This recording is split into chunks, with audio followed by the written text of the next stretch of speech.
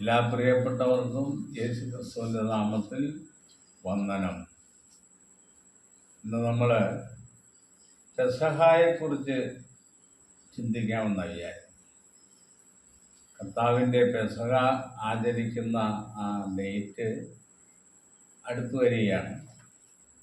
അപ്പോൾ പെസഹ എന്നുള്ള വിഷയത്തെ സംബന്ധിച്ച് പഴയ നിയമത്തിൻ്റെയും പുതിയ നിയമത്തിൻ്റെയും അടിസ്ഥാനത്തിൽ പെസഹ എന്താണ് നമ്മളെ ഓർപ്പിക്കുന്നത്, പെസഹ കൊണ്ട് എന്താണ് നമുക്ക് ലഭിക്കുന്ന പ്രയോജനം, ആർക്കൊക്കെയാണ് പെസഹ ആചരിക്കാൻ അനുമതി നൽകിയിട്ടുള്ളത് എന്നിങ്ങനെയുള്ള വിഷയങ്ങളെക്കുറിച്ചാണ് നമ്മൾ ചിന്തിക്കാൻ പോകുന്നത്. ആദ്യത്തെ പെസഹ അനുഷ്ഠിക്കുന്നത് മിസ്രൈമിൽ വെച്ചാണ്. അതിനെക്കുറിച്ച് പുറപ്പാട് പുസ്തകം 12-ാം അധ്യായത്തിൽ ആദ്യത്തെ പെസഹായെക്കുറിച്ച് വളരെ വിശദമായിട്ട് യഹോവ മോശയോട് സംസാരിക്കുന്നുണ്ട്. പെസഹായെ സംബന്ധിച്ചും അതിൻ്റെ ചട്ടങ്ങളെയും വിധികളെയും കുറിച്ചുമൊക്കെ വിശദമായി പറയുവാൻ ഒരു ചുരുങ്ങിയ സമയം മതിയാവുന്നതല്ല.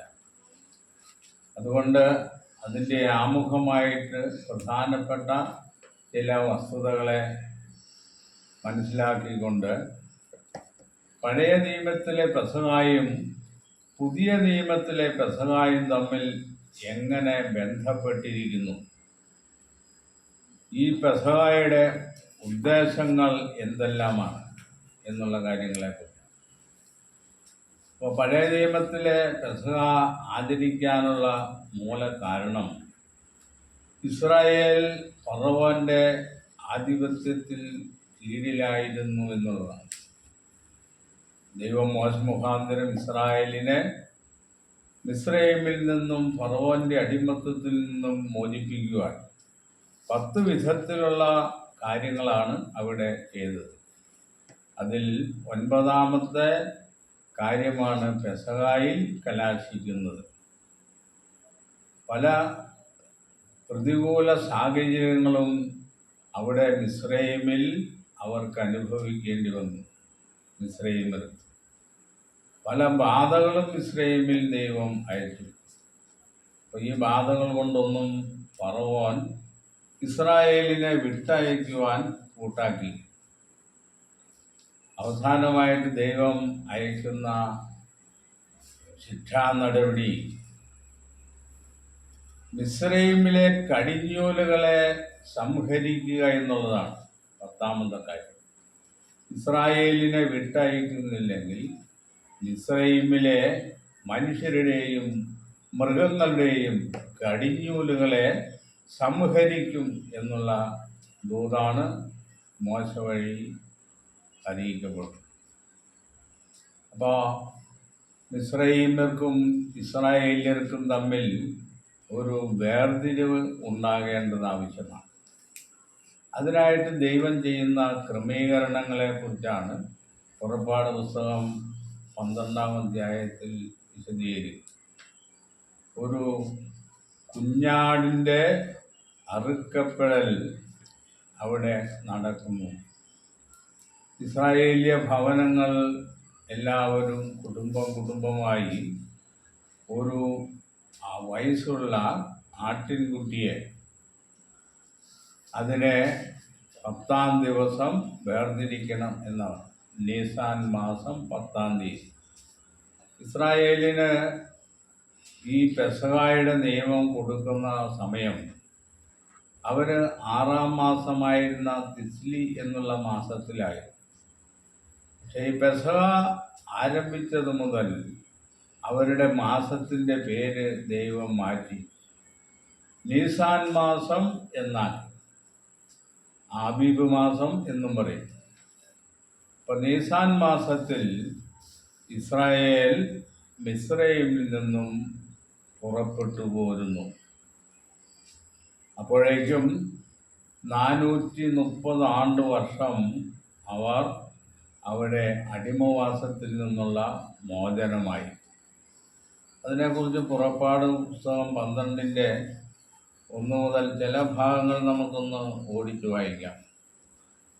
യഹോവ മോശയോടും അഹരോനോടും മിസ്രയീമിൽ വെച്ച് അരുളിച്ചെയ്ത് എന്തെന്നാൽ, ഈ മാസം നിങ്ങൾക്ക് മാസങ്ങളുടെ ആരംഭമായി ആണ്ടിൽ 1-ാം മാസമായിരിക്കണം. നിങ്ങൾ ഇസ്രായേലിന്റെ സർവ്വസഭയോടും പറയേണ്ടതെന്തെന്നാൽ, ഈ മാസം 10-ാം തീയതി അതത് കുടുംബത്തിനൊരു ആട്ടിൻകുട്ടി വീതം ഓരോരുത്തൻ ഓരോ ആട്ടിൻകുട്ടിയെ എടുക്കുക. ആട്ടിൻകുട്ടിയെ തിന്നുവാൻ വീട്ടിലുള്ളവർ പോരായെങ്കിൽ ആളുകളുടെ എണ്ണത്തിനൊത്തവണ്ണം അവനും അവൻ്റെ വീട്ടിലുള്ള അയൽക്കാരനും കൂടി അതിനെ എടുക്കണം. ഓരോരുത്തൻ തിന്നുന്നതിന് ഒത്തവണ്ണം കണക്ക് നോക്കി നിങ്ങൾ ആട്ടിൻകുട്ടിയെ എടുക്കണം. ആട്ടിൻകുട്ടി ഊനമില്ലാത്തതും 1 വയസ്സ് പ്രായമുള്ള ആണുമായിരിക്കണം. അത് ചെമ്മരിയാടോ കോലാടോ ആകാം. ഈ മാസം 14-ാം തീയതി വരെ അതിനെ സൂക്ഷിക്കണം. ഇസ്രായേൽ സഭയുടെ കൂട്ടമെല്ലാം സന്ധ്യാസമയത്ത് അതിനെ അറുക്കണം.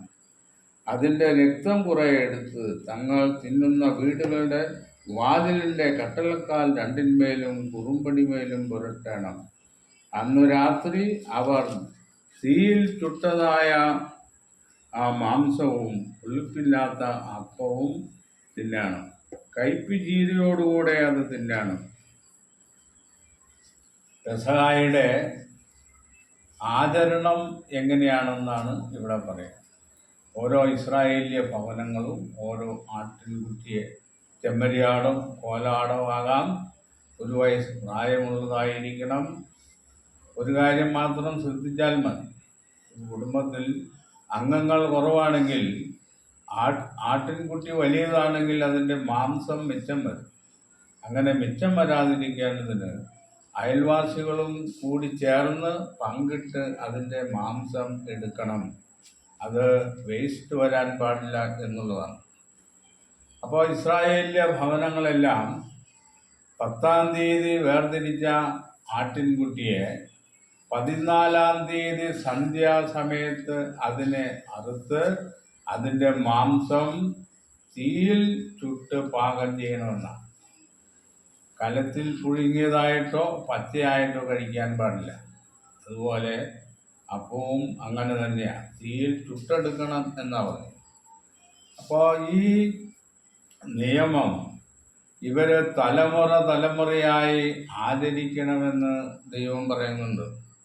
14-ാം വാക്യത്തിൽ, ഈ ദിവസം നിങ്ങൾക്ക് ഓർമ്മനാളായിരിക്കണം. നിങ്ങൾ അത് യഹോവയ്ക്ക് ഉത്സവമായി ആചരിക്കണം.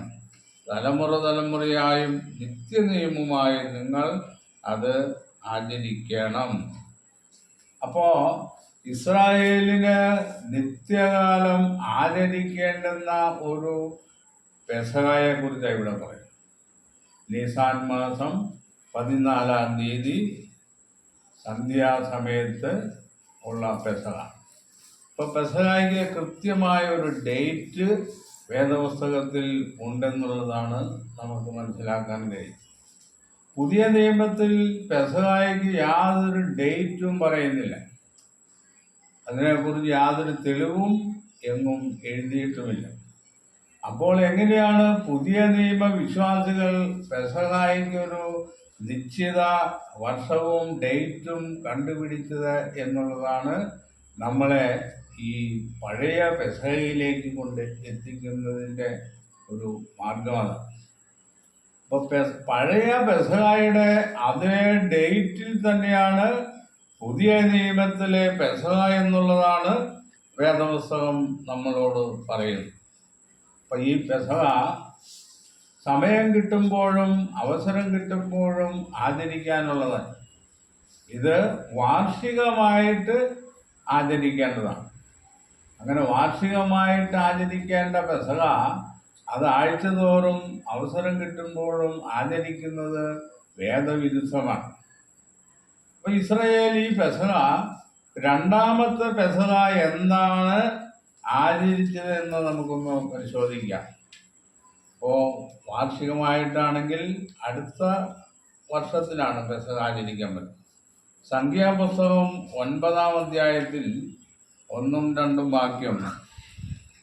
അവർ മിസ്രയീം ദേശത്തു നിന്ന് പുറപ്പെട്ടു പോകുന്നതിന്റെ 2-ാം സംവത്സരം 1-ാം മാസം യഹോവ സീനായി മരുഭൂമിയിൽ വെച്ച് മോശയോട് അരുളിച്ചെയ്തെന്തെന്നാൽ, ഇസ്രായേൽ മക്കൾ പെസഹ അതിന് നിശ്ചയിച്ച സമയത്ത് തന്നെ ആചരിക്കണം.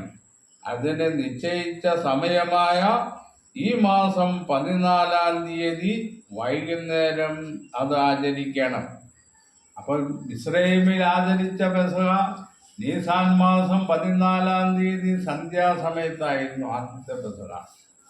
രണ്ടാമത്തെ പെസഹായും നീസാൻ മാസം 14-ാം തീയതി സന്ധ്യാസമയത്ത് ആചരിക്കണമെന്ന് യഹോവ അരുളി ചെയ്യുന്നു.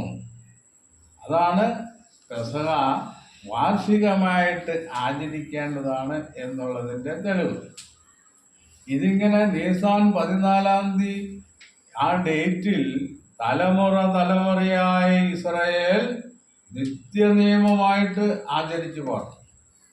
അതിനിടയ്ക്ക് ഡേറ്റ് മാറ്റാൻ പറ്റില്ല.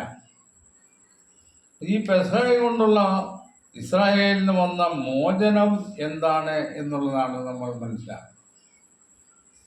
ഈ ആട്ടിൻകുട്ടിയെ അറുക്കുന്ന വീടിൻ്റെ ഉള്ളിലുള്ളവർ, ഇസ്രായേലിലെ ഭവനങ്ങളിലുള്ളവർ, ഓരോ കുടുംബത്തിലുള്ളവർ ഈ ആട്ടിൻകുട്ടിയെ അറുത്തതിൻ്റെ മാംസം തിന്ന് കൊണ്ട് അവർ വീടിൻ്റെ ഉള്ളിൽ ഇരിക്കണം. ആരും വീടിൻ്റെ പുറത്തിറങ്ങാൻ പാടില്ല, വാതിലടച്ചിട്ട്. അപ്പോൾ മിസ്രയീമിൽ ഒരു സംഹാരദൂതൻ വരാൻ പോകുന്നു. സംഹാരം നടന്നാണ്. മിസ്രയീമിലെ കടിഞ്ഞൂലുകളെ സംഹരിക്കാൻ ഒരു സംഹാരദൂതൻ വരും. രാത്രിയിലവൻ. ഈ സംഹാരദൂതന് ഇസ്രായേലിലെ ഭവനങ്ങളെയും മിസ്രയീമ്യ ഭവനങ്ങളെയും തമ്മിൽ തിരിച്ചറിയാൻ ഒരടയാളം വയ്ക്കണം. അത് യഹോവ പറഞ്ഞു. അതിനുള്ള അടയാളം, ഇവർ അടുത്ത ഈ കുഞ്ഞാടിൻ്റെ രക്തം അത് ഒരു പാത്രത്തിലെടുത്ത് വീടിൻ്റെ മുൻപിലുള്ള വാതിലിൻ്റെ കട്ടലക്കാൽ രണ്ടിന്മേലും കുറുമ്പടിമേലും പുരട്ടണം. അപ്പോൾ സംഹാരദൂതൻ വന്നു കഴിയുമ്പോൾ രക്തം അടയാളമായി കാണുന്നു.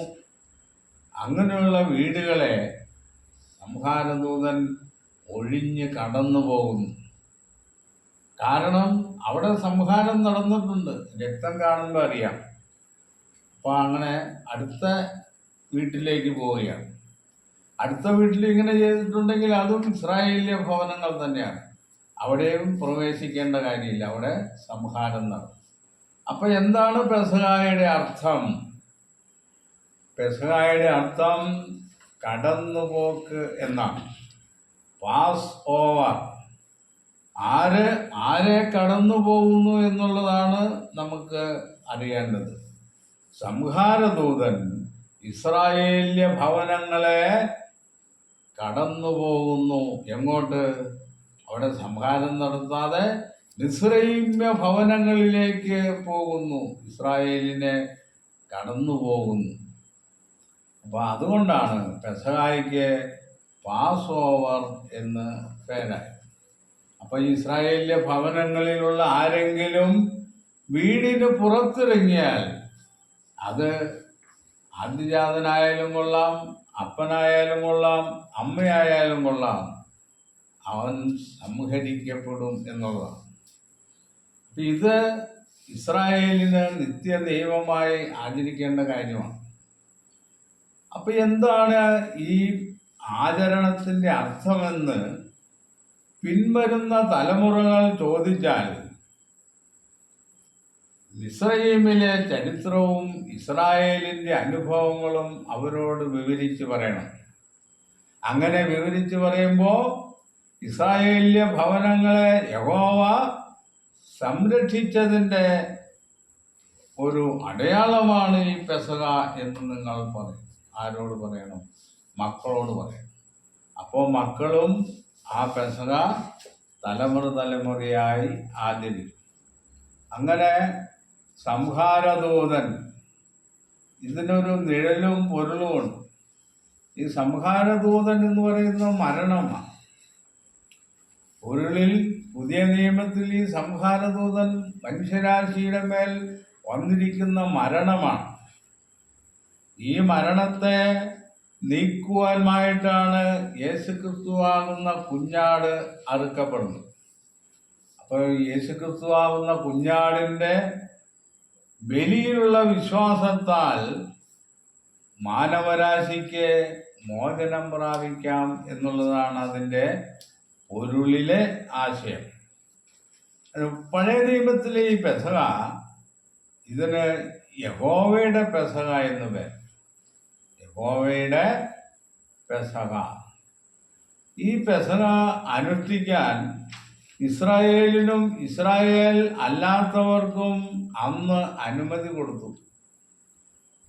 പക്ഷെ എന്തു ചെയ്യണം? അവർ പരിച്ഛേദനയേൽക്കണം. ഇസ്രായേലിലുള്ള മറ്റേതെങ്കിലും ജാതികളിൽപ്പെട്ട ആളുകൾക്ക് പെസഹ ആചരിക്കണമെങ്കിൽ അവർ പരിച്ഛേദനയേറ്റിട്ട് പെസഹ ആചരിക്കാം. അപ്പോൾ പെസഹ ഒരു ക്രമീകരണം വന്ന ആർക്കും ആചരിക്കാമെന്നുള്ള സൂചനയാണ് അവിടുത്തെ. പരിച്ഛേദന എന്ന് പറഞ്ഞാൽ മാനസാന്തരത്തെയാണ് ഉദ്ദേശിക്കുന്നത്. ദൈവസന്നിധിയിലുള്ള മാനസാന്തരവും വിശ്വാസവും ഉള്ളവർക്ക് പെസഹ ആചരിക്കാൻ അനുവാദമുണ്ടെന്നാണ്. അപ്പോൾ ഇസ്രായേൽ നിത്യനിയമമായി ഈ പെസഹ ആചരിക്കുകയും നമ്മുടെ കർത്താവായ യേശുക്രിസ്തുവും ഇതേ പെസഹ തന്നെയാണ് ആചരിച്ചത്. അതിനെക്കുറിച്ച് ലൂക്കോസിൻ്റെ സുവിശേഷത്തിൽ 2-3 വാക്യങ്ങൾ നമുക്ക് നോക്കാം. പെസഹയുടെ സമയം അടുത്തിരിക്കുന്നെന്ന് യേശുവും ശിഷ്യന്മാരും അറിയുന്നു. എങ്ങനെയാണ് അറിയുന്നത്?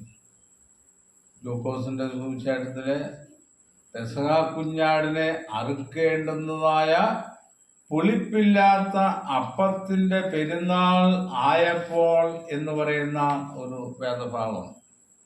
ലൂക്കോസിൻ്റെ സുവിശേഷം എവിടെയാണ്? 1 പെസഹ എന്ന പുളിപ്പില്ലാത്ത അപ്പത്തിന്റെ പെരുന്നാൾ അടുത്തു. 22:7 പെസഹ കുഞ്ഞാടിനെ അറുക്കേണ്ടുന്ന പുളിപ്പില്ലാത്ത അപ്പത്തിന്റെ പെരുന്നാൾ ആയപ്പോൾ അവൻ പത്രോസിനെയും യോഹന്നാനെയും അയച്ചു. മതി. അപ്പോ പുതിയ നിയമത്തിൽ കർത്താവും ശിഷ്യന്മാരും പെസഹ ആചരിക്കാൻ പോവുകയാണ്. അപ്പോൾ അവര് മുന്നമേ അറിയുന്നു, പെസഹ എന്ന പുളിപ്പില്ലാത്ത അപ്പത്തിൻ്റെ പെരുന്നാൾ അടുത്തു. ഈ പെരുന്നാളിൻ്റെ ഡേറ്റ് അടുത്തു എന്ന് മനസ്സിലാക്കുക. വാർഷികമായിട്ടല്ലേ. അപ്പോൾ ഇസ്രായേലിൻ്റെ ആദ്യത്തെ മാസം നീസാൻ മാസമാണ്. അവിടെ മുതൽ 12 മാസം ആണ് ഇസ്രായേലിൻ്റെ മാസങ്ങൾ. ആദ്യത്തെ മാസം നീസാനാണ്. അപ്പോൾ ഒരു നീസാൻ കഴിയുമ്പോൾ അടുത്ത മാസം വരുന്നു. അങ്ങനെ അവസാനം വന്ന് 11 മാസം കഴിയുന്നു.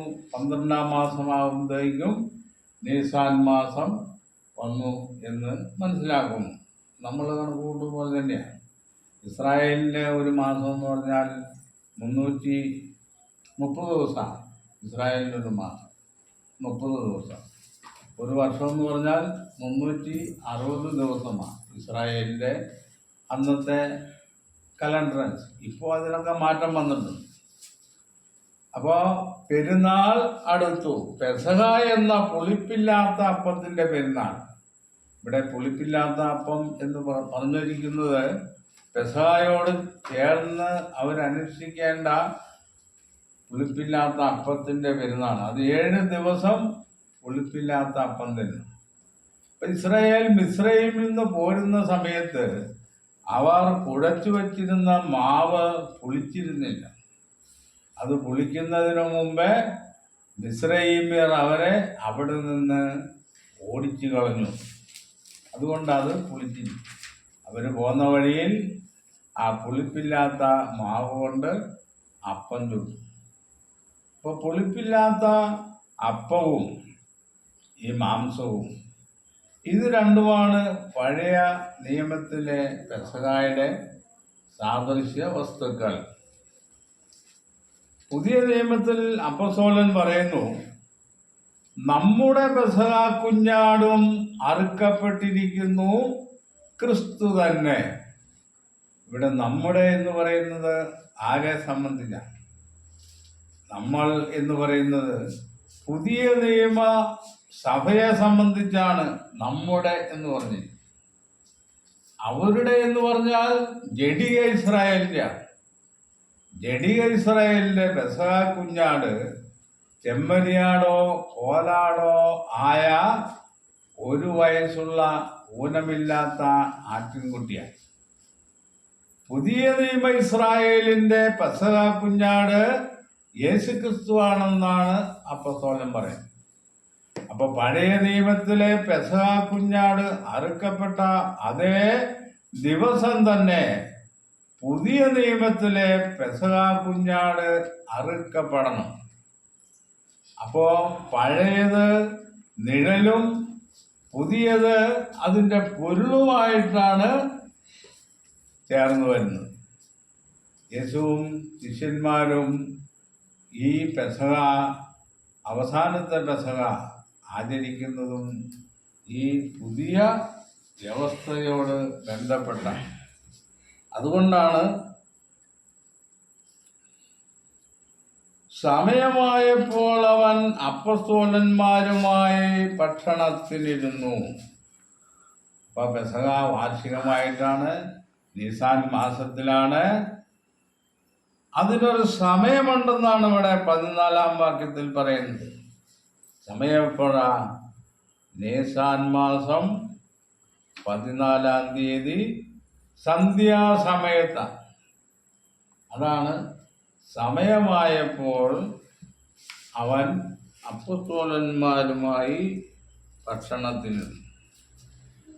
അവൻ അവരോട്,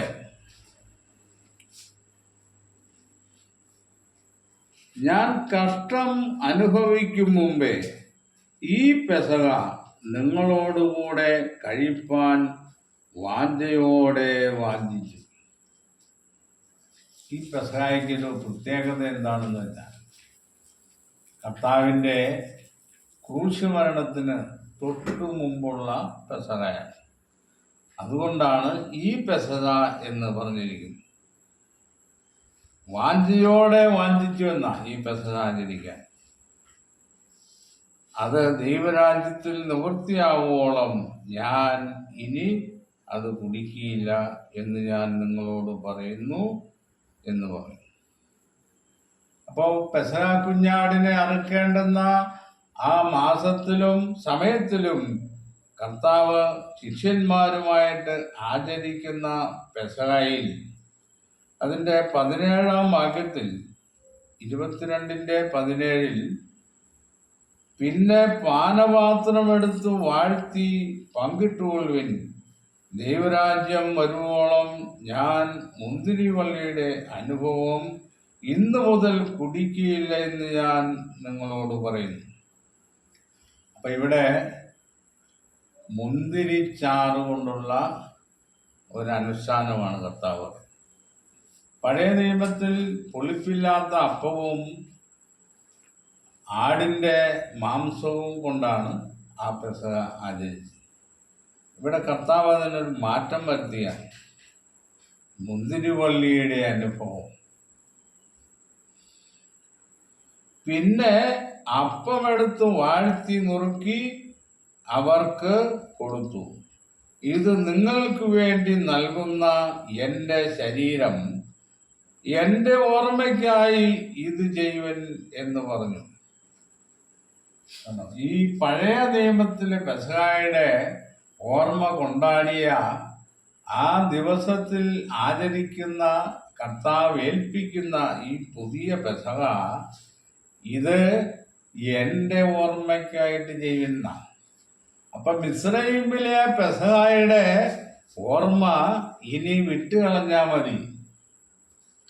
അത് ഇനി അനുഷ്ഠിക്കേണ്ട കാര്യമില്ല. അവിടെ ആ പെസഹ കുഞ്ഞാട് ഏതിനെ സൂചിപ്പിച്ചുവോ അത് യേശുക്രിസ്തുവാകുന്ന പെസഹ കുഞ്ഞാടിനെയാണ് സൂചിപ്പിച്ചത്. അതുകൊണ്ട് എൻ്റെ ഓർമ്മയ്ക്കായി ചെയ്യുവിൻ എന്ന് പറഞ്ഞു. അപ്പൊ എങ്ങനെയാണ് പുതിയ നിയമത്തിലെ പെസഹ മനുഷ്യർക്ക് ജീവദായകമായി തീരുന്നത്? പെസഹ വിശ്വാസത്താൽ ഉൾക്കൊള്ളണം എന്നാണ്. യേശുക്രിസ്തുവിൻ്റെ ശരീരം മനുഷ്യരാശിക്ക് വേണ്ടി പീഡകളും യാതനകളും സഹിച്ച് ക്രൂശിൽ അർപ്പിക്കപ്പെട്ടതിൻ്റെ ചിത്രമാണ് ഈ അപ്പം സൂചിപ്പിക്കുന്നത്. വാങ്ങി ഭക്ഷിപ്പിൻ, ഇത് എൻ്റെ ശരീരം. ഒരപ്പം എങ്ങനെയാണ് ഉണ്ടാകുന്നത്? ഗോതമ്പ് മണി ഇടിച്ചു പൊടിച്ച് അത് അപ്പക്കല്ലേ വെച്ച് തീ കൊടുത്ത് ചുട്ട് അത് നമുക്ക് ആഹാരവസ്തുവായി തീരുന്നു. ക്രിസ്തുവിൻ്റെ ഈ പീഡകളാണ് ഇത് സൂചിപ്പിക്കുന്നത്. ഈ അപ്പം തിന്നുമ്പോൾ ക്രിസ്തുവിൻ്റെ പീഡകൾ നമ്മുടെ മനസ്സിൽ വരണം. അതുപോലെ മുന്തിരി ചക്കിലിട്ട് ആട്ടി പിഴിഞ്ഞെടുത്ത് അതാണ് നമ്മൾ കുടിക്കുന്നത്. ഇത് ക്രിസ്തുവിൻ്റെ രക്തത്തിൻ്റെ ഒരു നിഴൽ ചിത്രമാണ്. ക്രിസ്തുവിൻ്റെ രക്തം ഇതുപോലെ മനുഷ്യന് വേണ്ടി ചിന്തപ്പെട്ടതിൻ്റെ ഒരു ദൃഷ്ടാന്തമാണ്. അതുകൊണ്ടാണ് നിങ്ങൾ എൻ്റെ രക്തം കുടിക്കണം, എൻ്റെ മാംസം തിന്നണം എന്ന് യേശുക്രിസ്തു പറഞ്ഞു. പലർക്കും അതിൻ്റെ ആ ദൃഷ്ടാന്തത്തിൻ്റെ അർത്ഥം അന്ന് മനസ്സിലാക്കാൻ കഴിഞ്ഞില്ല. അപ്പം ചിലരത് അക്ഷരാർത്ഥത്തിൽ തന്നെ വിശ്വസിച്ചു. എങ്ങനെയാണ് ഇവൻ്റെ രക്തം കുടിക്കുന്നത്? എങ്ങനെയാണ് ഇവൻ്റെ മാംസം തിന്നുന്നത്? ഇത്രയും പേർക്ക് തിന്നാൻ ഇവൻ്റെ മാംസം എന്തുള്ളൂ? അപ്പോൾ അതിൻ്റെ അർത്ഥം മനസ്സിലാക്കാതെ പലരും യേശുവിനെ വിട്ടിട്ട് പോയി. അപ്പം ഇന്നും പലർക്കും ഈ കാര്യത്തിൽ തെറ്റുപറ്റിയിരിക്കുകയാണ്. ഈ അപ്പവീഞ്ഞുകൾ എങ്ങനെയാണ് യേശുവിൻ്റെ ശരീരത്തെ ദൃഷ്ടാന്തീകരിക്കുന്നത് എന്നുള്ളതിനെ കുറിച്ച് പല ക്രൈസ്തവ പണ്ഡിതന്മാർക്കും യാതൊരു കൃത്യമായ അറിവുമില്ല.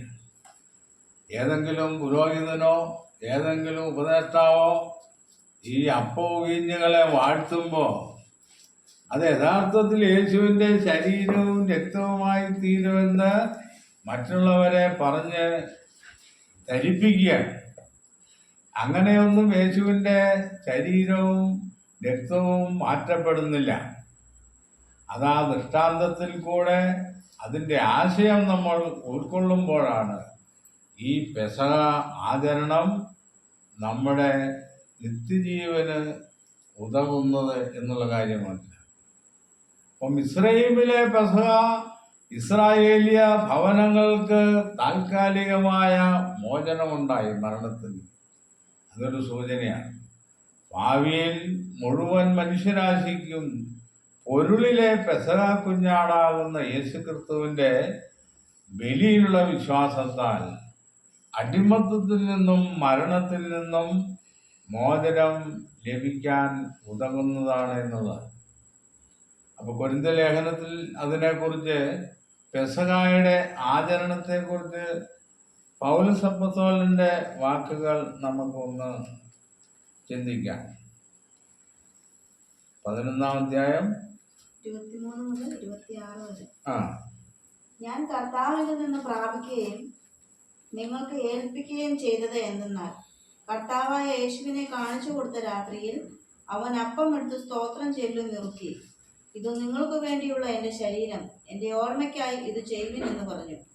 അവണ്ണം തന്നെ അത്താഴം കഴിഞ്ഞ ശേഷം അവൻ പാനപാത്രവും എടുത്തു. ഈ പാനപാത്രം എൻ്റെ രക്തത്തിൽ പുതിയ നിയമമാകുന്നു. ഇത് കുടിക്കുമ്പോഴൊക്കെയും എൻ്റെ ഓർമ്മയ്ക്കായി ചെയ്യുവിൻ എന്ന് പറഞ്ഞു. അങ്ങനെ നിങ്ങൾ ഈ അപ്പം തിന്നുകയും പാനപാത്രം കുടിക്കുകയും ചെയ്യുമ്പോഴൊക്കെയും കർത്താവ് വരുവോളം അവന്റെ മരണത്തെ പ്രസ്താവിക്കുന്നു. ഇവിടെ പൗലോസ് അപ്പോസ്തലന്റെ വാക്കുകളാണ്. പുതിയ നിയമത്തിൽ യേശുക്രിസ്തു ഇസ്രായേലിന് നൽകിയ പെസഹ എന്ന് പറഞ്ഞാൽ ആത്മീയ ഇസ്രായേൽ.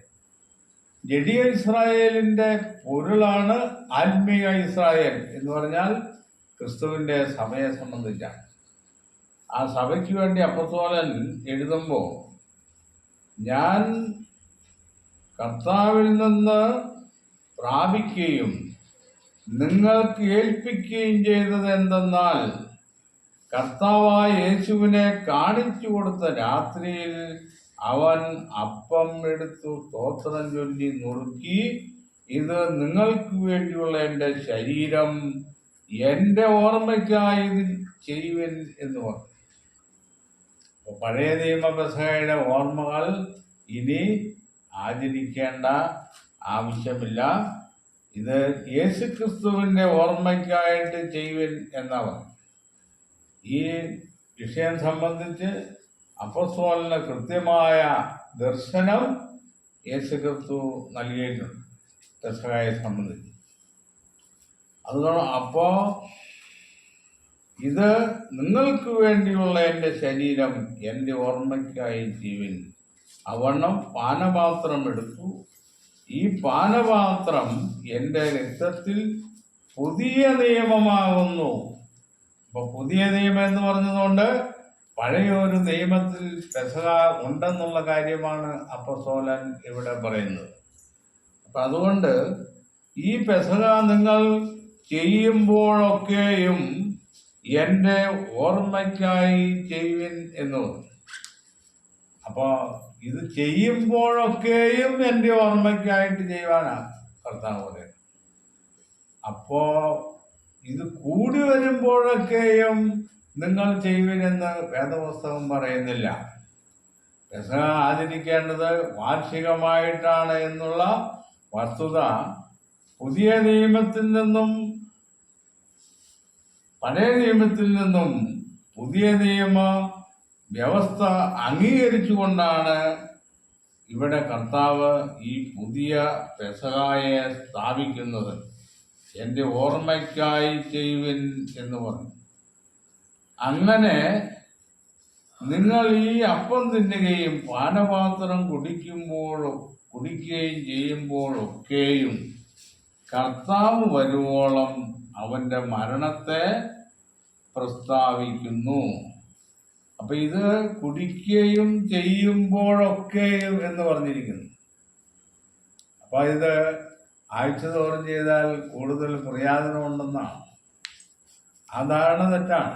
ഇത് ചെയ്യുമ്പോഴൊക്കെയും എന്ന് പറഞ്ഞാൽ ഒരു മനുഷ്യനെ സംബന്ധിച്ച് ആയുസ്സിൽ പല തവണ വാർഷികമായിട്ട് പെസഹ ആചരിക്കാൻ അവസരം ലഭിക്കും. ആയുസ്സിൻ്റെ ദൈർഘ്യം പോലെ ഇരിക്കും. അങ്ങനെ ആയുസ്സിൻ്റെ ദൈർഘ്യത്തിനനുസരിച്ച് ചെയ്യുന്ന കാര്യങ്ങൾ അങ്ങനെ ചെയ്യുമ്പോഴൊക്കെയും എൻ്റെ ഓർമ്മയ്ക്കായിട്ട് ചെയ്യുവിൻ. കർത്താവ് വരുവോളം അവൻ്റെ മരണത്തെ പ്രസ്താവിക്കും. യേശുവിൻ്റെ രണ്ടാം വരവ് വരെ നമ്മൾ ഈ പെസഹ അനുഷ്ഠിക്കണം എന്നാണ് പറഞ്ഞിരിക്കുന്നത്. 27-ാം വാക്യം, അതുകൊണ്ട് അയോഗ്യമായി അപ്പം തിന്നുകയും പാനപാത്രത്തിൽ നിന്ന് കുടിക്കുകയും ചെയ്യുന്നവനെല്ലാം കർത്താവിൻ്റെ ശരീരവും രക്തവും സംബന്ധിച്ച് കുറ്റക്കാരനാകും. അതുകൊണ്ട് മനുഷ്യൻ തന്നെത്താൻ ശോധന ചെയ്തിട്ട് വേണം ഈ അപ്പം തിന്നുകയും പാനപാത്രത്തിൽ നിന്ന് കുടിക്കുകയും ചെയ്യുവാൻ. ഇവിടെ മനുഷ്യൻ തന്നെത്താൻ ശോധന ചെയ്യണം. അയോഗ്യമായി അപ്പം തിന്നുന്നവൻ എന്നൊക്കെ പറഞ്ഞിരിക്കും. ഇത് പഴയ നിയമ പെസഹായിലും ഈ കാര്യം പറഞ്ഞിട്ടുണ്ട്. പരിച്ഛേദന ഇല്ലാത്ത ഒരുത്തനും പെസഹ അനുഷ്ഠിക്കാൻ അവകാശമില്ല പഴയ നിയമത്തിലെ പെസഹായിൽ. പുതിയ നിയമത്തിലെ പെസഹായിലും അത് തന്നെയാണ്. എന്താണ് പെസഹ ആചരിക്കാനുള്ള യോഗ്യത? യേശുക്രിസ്തുവിനെ ദൈവപുത്രനാണെന്ന് വിശ്വസിക്കുകയും ഏറ്റുപറയുകയും മാനസാന്തര നീതീകരണം പ്രാപിച്ച ഒരാൾക്ക് മാത്രമേ പെസഹ ആചരിക്കാൻ അനുവാദമുള്ളൂ. അല്ലാതെ ചെയ്യുന്നവനൊക്കെയും യേശുവിൻ്റെ ശരീരവും രക്തവും സംബന്ധിച്ച് കുറ്റക്കാരനാകും. ഇങ്ങനെ ചെയ്ത ഒരാളുണ്ട്, യൂദ യേശുവിനെ കുറിച്ച് പരിജ്ഞാനമുള്ളവനും നല്ല കഴിവുള്ളവനുമായിരുന്നു യൂദ. പക്ഷെ അദ്ദേഹം മാനസാന്തരമില്ലാത്ത ഹൃദയം, ദിവ്യാഗ്രഹത്തിൻ്റെ ഹൃദയം അദ്ദേഹത്തെ യേശുക്രിസ്തുവിനെ ഒറ്റിക്കൊടുക്കുവാൻ ഇടയായി. അദ്ദേഹം ഈ പെസഹ ആചരിച്ചതാണ്. അയോഗ്യമായ അപ്പം തിന്നുകയും ചെയ്ത ആളാണ്. അതൊരു ദൃഷ്ടാന്തമാക്കി വെച്ചിരിക്കുകയാണ്. അപ്പം ഈ പെസഹായുടെ നിയമം എന്നുള്ളത് മനുഷ്യരാശിയുടെ ജീവന് വേണ്ടി ദൈവം നൽകിയിരിക്കുന്ന ഒരു വലിയ പ്രമാണമാണ്. ഈ പെസഹ വാർഷികമായിട്ട് ഇസ്രായേൽ ആചരിച്ചു എന്നുള്ള കാര്യങ്ങളൊക്കെ ദിനവൃത്താന്ത പുസ്തകം, എസ്രായുടെ പുസ്തകം, അതിലെല്ലാം ഈ കൃത്യമായ സമയത്ത് അവർ പെസഹ ആചരിച്ചതായിട്ട് തെളിവുണ്ട്. ഈ പെസഹ ആചരിക്കാൻ ഈ ആയുസ്സിൽ പറ്റാത്തവർക്ക് അടുത്ത ആയുസ്സിൽ പെസഹ അതിൻ്റെ കൃത്യമായ ആത്മാവിൽ അനുഷ്ഠിക്കാനുള്ള അവസരം ദൈവം നൽകുമെന്നുള്ളതാണ് എല്ലാവർക്കും ഉള്ള ഒരു വലിയ ആശ്വാസം. അതിനെക്കുറിച്ച് ഒരിക്കൽ പഴയ നിയമകാലത്ത് പെസഹായുടെ അനുഷ്ഠാന സമയത്ത് മോശയുടെ അടുക്കൽ ആളുകൾ വന്ന് പറഞ്ഞു, ഞങ്ങൾ ശവത്താൽ അശുദ്ധരായി തീർന്നു, അതുകൊണ്ട് ഞങ്ങൾക്ക് കൃത്യസമയത്ത് പെസഹ ആചരിക്കാൻ കഴിയില്ല. പിന്നെ ദൂരയാത്രയിലായിരുന്നതുകൊണ്ട് നീസാൻ 14-ാം തീയതി ഞങ്ങൾക്ക് വന്ന് പെസഹ ആചരിക്കാൻ കഴിഞ്ഞില്ല, അതുകൊണ്ട് ഞങ്ങൾ എന്ത് ചെയ്യും എന്ന് ചോദിച്ചു. അങ്ങനെ ചോദിക്കാനുള്ള കാരണം പെസഹ ആചരിക്കാത്തവനെ ഇസ്രായേലിൻ്റെ ഇടയിൽ നിന്ന് ഛേദിച്ചു കളയണം എന്നുള്ളതാണ് പ്രമാണം. അപ്പോൾ ആ പ്രമാണത്തെ ഭയന്നിട്ടാണ് ഇസ്രായേലിയർ ചിലർ മോശയോട് ചോദിക്കുന്നത്. അപ്പോൾ യഹോവ പറഞ്ഞു, പെസഹ എല്ലാവരും ആചരിച്ചേ പറ്റൂ. 1-ാം മാസം 14-ാം തീയതി ആചരിക്കാത്തവർക്ക്, ദൂരയാത്രയിലായവർക്ക്, ശവത്താൽ അശുദ്ധരായവർക്ക് 2-ാം മാസം 14-ാം തീയതി സന്ധ്യാസമയത്ത് പെസഹ അനുഷ്ഠിക്കാം എന്ന് പറയും. അപ്പോൾ പെസഹ വളരെ കർശനമായൊരു നിയമം. ഇത് ഭാവിയിലേക്ക് വിരൽ ചൂണ്ടുന്നതായ പ്രമാണത്തിൻ്റെ ചില നിഴലുകളും അടിസ്ഥാനവും സൂചനകളും ഈ പെസഹായിൽ ഉൾക്കൊള്ളുന്നു എന്നുള്ളതാണ്. യേശുക്രിസ്തുവിൻ്റെ 2-ാം വരവിൽ ന്യായവിധി ദിവസത്തിങ്കൽ മുഴുവൻ മനുഷ്യരാശിയെയും പുനരുത്ഥാനം വഴി ഭൂമിയിലേക്ക് കൊണ്ടുവന്നിട്ട് സുവിശേഷത്തെക്കുറിച്ചും ക്രിസ്തുവിനെക്കുറിച്ചുമുള്ള ഉപദേശം അവർക്ക് നൽകപ്പെടുമ്പോൾ ആ ഇഷ്ടമുള്ള ഏവരും എന്ന് പറഞ്ഞാൽ നിത്യജീവൻ പ്രാപിക്കണമെന്ന് ഇഷ്ടമുള്ള ഏവനും യേശുക്രിസ്തുവിനെ അംഗീകരിക്കുകയും യേശുക്രിസ്തുവിൻ്റെ ബലിയിൽ വിശ്വസിക്കുകയും ആ ബലിമരണം മുഖാന്തരമുള്ള നീതീകരണം പ്രാപിക്കുകയും ചെയ്യേണ്ടത് ആവശ്യമാണ്. അങ്ങനെ നീതീകരണം പ്രാപിക്കാൻ മനസ്സില്ലാത്തവരെ സംബന്ധിച്ച് അവരെ മനഃപൂർവ്വ പാപികളെന്ന് മുദ്രയടിച്ച് 2-ാം മരണത്തിന് അവരെ വിധേയരാക്കും എന്നതാണ്.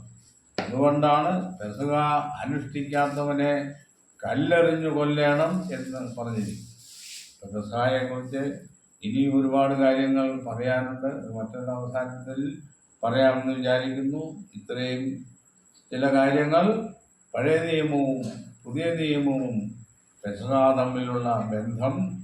പഴയ നിയമത്തിൽ യഹോവയുടെ പെസഹ എന്ന് പറയുന്നു, പുതിയ നിയമത്തിൽ അത് യേശുക്രിസ്തുവിനെ കുറിച്ചുള്ള ക്രിസ്തുവിൻ്റെ മരണത്തെ ഓർക്കുന്ന പെസഹയായിട്ട് ദൈവം ബന്ധിപ്പിക്കുന്നു എന്നുള്ളതാണ്. പഴയ നിയമത്തിലെ യഹോവയല്ല, പുതിയ നിയമത്തിലെ യേശുക്രിസ്തു. പഴയ നിയമത്തിലെ യഹോവയുടെ പുത്രനാണ് പുതിയ നിയമത്തിലെ യേശുക്രിസ്തു എന്ന് മനസ്സിലാക്കണം. അപ്പോൾ മരണം മനുഷ്യരാശിയിൽ നിന്ന് മാറ്റുവാൻ നിഴലിലെ പെസഹായെ അതിൻ്റെ സൂചനകൾ നൽകി നമ്മളെ പൊരുളിലെ പെസഹയാകുന്ന ക്രിസ്തുയേശുവിനാകുന്ന ആ കുഞ്ഞാടിൻ്റെ അടുക്കിലേക്ക് നമ്മളെ എത്തിച്ചിരിക്കുന്നു. അതുകൊണ്ട് നമ്മൾ വിശ്വാസവും പ്രത്യാശയും ഉള്ളവരായി കൂടുതൽ ഉത്സാഹത്തോടെ മുമ്പോട്ട് പോകാൻ ഏവരെയും ദൈവം അനുഗ്രഹിക്കട്ടെ. ഇത്രയും പറഞ്ഞുകൊണ്ട് ഈ വാക്കുകൾ അവസാനിപ്പിക്കും.